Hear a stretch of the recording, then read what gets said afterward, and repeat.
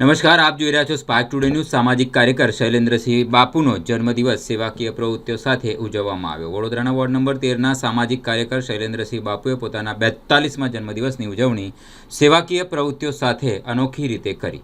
સંસ્કારી નગરી વડોદરામાં સામાજિક સેવા ક્ષેત્રે સક્રિય રહેનાર વોર્ડ નંબર 13ના સામાજિક કાર્યકર શૈલેન્દ્રસિંહ બાપુનો આજે 42મો જન્મદિવસ સેવાભાવ રીતે ઉજવવામાં આવ્યો।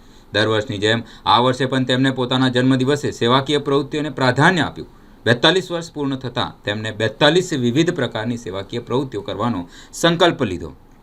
આ અવસરે શૈલેન્દ્રસિંહ બાપુએ આંગણવાડીના બાળકો સાથે કેક કાપીને જન્મદિવસની ઉજવણી કરી, તેમજ બાળકો અને આંગણવાડી બહેનોને ભેટ આપી તેમના આશીર્વાદ મેળવ્યા।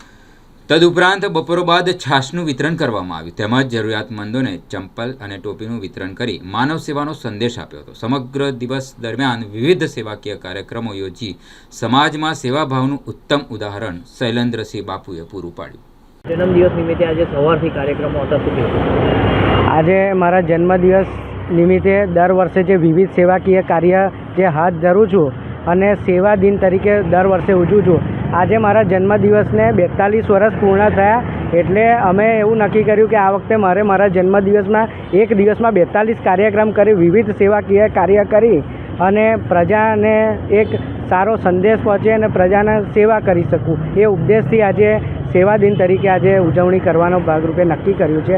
અને સવારથી લઈ અને અત્યારે જયરત્ન બિલ્ડિંગ 4 રસ્તા ખાતે છાશ વિતરણ, ચપ્પલ વિતરણ તેમજ નાના બાળકો તેમજ એ લોકોને ગરમીમાં રક્ષણ મળે એટલા માટે ટોપી વિતરણનો કાર્યક્રમ અત્યારે અહીંયા હાથ ધર્યો છે। એના પહેલાં SSG હોસ્પિટલ ખાતે ફૂટપાથ પર જે લોકો જે રહે છે એ લોકોને ભૂખ્યાને ભોજન, SSG હોસ્પિટલમાં જે પ્રસૂતિ ગૃહ છે ત્યાં બાળકોને ભોજન, તેમજ એ પહેલાં વૃદ્ધાશ્રમમાં આંગણવાડીના બહેનોને તેમજ એમના બાળકો સાથે ઉજવણી કરી। એ પહેલાં મારા વિસ્તારને સ્વચ્છ રાખતા જે સફાઈ સેવકો છે એનું સન્માન કરી એમને ગરમીમાં રક્ષણ મળે અને એમને પીવા માટે ઠંડી પાણીની બોટલનું વિતરણ, એવી રીતના 42 અલગ અલગ કાર્યક્રમ થકી આ સેવા દિનની ઉજવણી કરી છે।